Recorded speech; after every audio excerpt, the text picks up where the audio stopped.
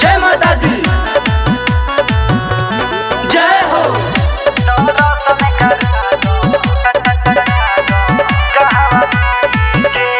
सपना में अवतारी मैया हो, पूजब उनकर पैया हो। ए देवरू सपना में अवतारी मैया हो, पूजब उनकर पैया हो। चल गइल भैया तोहर आसरा धराई के, दर्शन करा दो देवरू हो गहवा माई के। दर्शन करा दो देवरू हो गहवा माई के।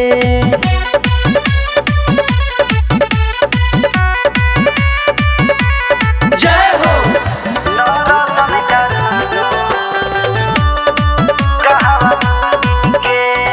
रहते सजनावा तो जईती संघावा, चुनरी माई पचढ़ती हो। शारदा दिल में माई के मंदिर में सुखवा अपन सुनती हो। सुना ना रहते सजनावा तो जईती संघावा, चुनरी माई पचढ़ती हो। शारदा दिल में माई के मंदिर में सुखवा अपन सुनती हो।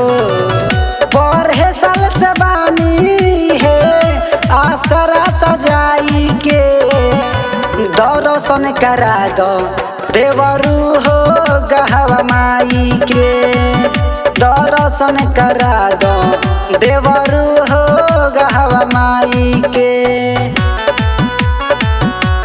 जय माता दी, जय हो।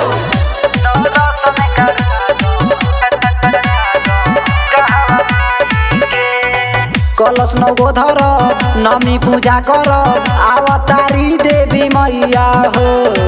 ओढ़ौल फुलवा पाने पतैया लेके आई है मलिनिया हो।